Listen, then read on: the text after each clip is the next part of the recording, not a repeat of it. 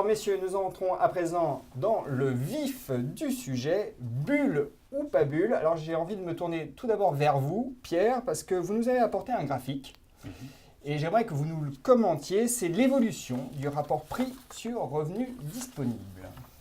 Oui, effectivement. Alors pour définir une bulle, qu'est-ce que c'est? On va dire une bulle pour nous, c'est tout simplement le fait que les prix soient sortis en fait de leur niveau d'équilibre autour duquel en fait ils ont évolué entre les années 60 jusqu'au milieu des années 90. Donc qu'on prenne le ratio prix de l'immobilier sur revenu des ménages. Vous savez que les ménages en règle générale achètent leurs biens à partir des revenus qu'ils touchent.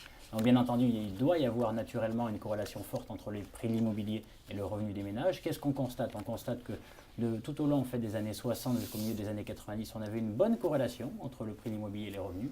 Et cette corrélation-là a volé en éclats à partir du milieu des années 90 pour exploser et augmenter de près de 90% en 10 ans. Ça veut dire une augmentation du ratio prix sur revenu de 6,5% par an. C'est colossal. Et pour vous, c'est symptomatique du fait que nous soyons en bulle? Concrètement, pour acheter, il faut avoir la capacité donc, de rembourser les prêts qu'on va faire. Donc bien entendu, on doit avoir une corrélation entre le niveau de revenu et les prix d'immobilier.